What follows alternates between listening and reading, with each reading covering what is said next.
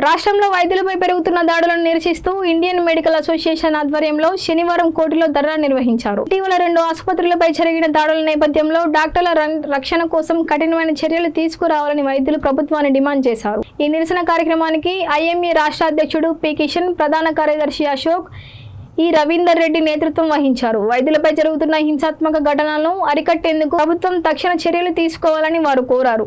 ప్రభుత్వం non bailable చట్టాన్ని బలోపేతం చేయకపోతే ఆందోళనలు మరింత ఉధృతం చేస్తామని వారు హెచ్చరించారు. We want justice. We want justice. Justice, justice. We want justice. Justice, justice. We want justice.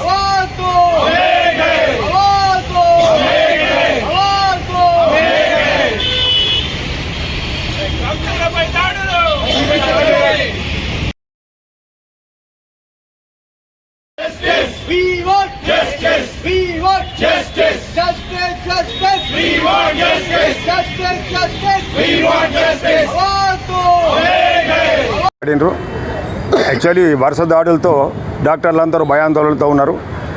కొరుట్లలో gas నూనె పోసి కాలబెట్టే ప్రయత్నం చేసిండు డాక్టర్ను. ఇంకొక ప్లేస్లో చాకుతో పొడిచే ప్రయత్నం చేసిండు.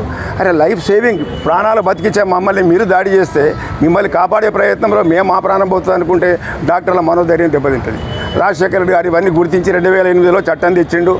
అందులో డాక్టర్లపై దాడి చేస్తే నాన్ బెయిలబుల్ అఫెన్స్ అంటే తప్పక జైలు శిక్ష ఉంటుంది.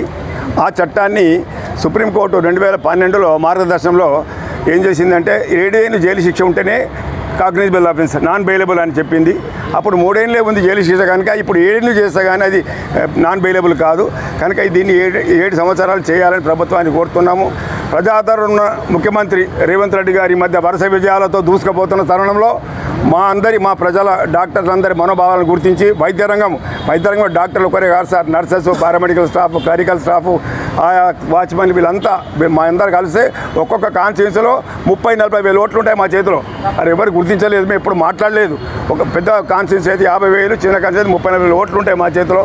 మేము కూడా వారి ప్రభుత్వం ఏదైతే మంచి ప్రజల కొరకు అని పనిచేస్తుందో మేము కూడా సహకరించడానికి రెడీగా ఉన్నాము. మేము ఏది నీరే స్ట్రైక్స్ ఇవన్నీ ఏం చేయకుండానే ముఖ్యమంత్రి రేవంత్ రెడ్డి గారు, హెల్త్ మినిస్టర్ దామోదర్ రాజనరసింహ గారు సహృదయంతో మా పొలిటీషియన్స్కు తర్వాత మీడియా ప్రతినిధులకు మీరు చెప్పేది ఏంటంటే, జాదస్య మరణం ధ్రువం, పుట్టిన ప్రతి వాళ్ళు చనిపోక మానరు. ప్లస్ హాస్పిటల్లోనే జననాలు మరణాలు సంభవిస్తాయి కాబట్టి జననాలను మీరు ఎంత 100% యాక్సెప్టెన్స్తో యాక్సెప్ట్ చేస్తారో మరణాలను కూడా యాక్సెప్ట్ చేయాల్సిన అవసరం ఉంది. మేము as a leader of the Indian medical association డాక్టర్ల ఫ్రాటర్నిటీకి అధినేతగా మేము చెప్పేది ఏంటంటే, మేము నమ్మేది ఏంటంటే, మనసా వాచా కర్మన మేము డాక్టర్లం అందరం కూడా 100% పేషెంట్కు లాభం జరగాలని ఒక పాజిటివ్ దృక్పథంతోనే మేము పనిచేస్తాము. అందరికీ మంచి చేయాలని చేస్తాము. మగర్ ఒక్కొక్కసారి దురదృష్టవశాత్తు దేవుడు కాల్ చేస్తాడు కాబట్టి కొంతమంది మరణాలు సంభవిస్తాయి. కొన్ని వాటిని యాక్సెప్ట్ చేయాల్సిన పరిస్థితి ఉంది. తర్వాత చట్టాన్ని మీ చేతుల్లోకి కంట్రోల్లోకి తీసుకోవద్దని మా విన్నపం. చట్టం ఉంది, మీరు చట్టాన్ని అప్రోచ్ కండి, పోలీస్ వ్యవస్థను అప్రోచ్ కండి, కోర్టుకు తీసుకుపోండి, మేము వస్తాము. అక్కడ ఏమైనా ఉండేది ఉంటే లీగల్గా దాన్ని ఏమైనా ప్రాసెస్ చేయాలంటే ప్రాసెస్ చేస్తాం. అది మా యొక్క రిక్వెస్ట్. పొలిటీషియన్స్కు మా రిక్వెస్ట్ ఏంటంటే, ఇదివరకు అందరూ పెద్దలు చెప్పినట్టుగా ఇదివరకు 7 years ఉండేది నాన్ బెయిలబుల్ కాగ్నిజెంట్ అఫెన్స్ ఉండేది. దాన్ని 3 ఏళ్ళు చేశారు. దాన్ని మళ్ళీ తిరిగి 7 సంవత్సరాలకు చేయవలసిందిగా నాన్ బెయిలబుల్ కాగ్నిజబుల్ అఫెన్స్ లెక్క పెట్టాలని మేము పొలిటీషియన్స్ రిక్వెస్ట్ చేస్తున్నాము. తర్వాత ప్రజలందరికీ విన్నపం ఏంటంటే, మరణాలను జననాలను ఈక్వల్గా మీరు యాక్సెప్ట్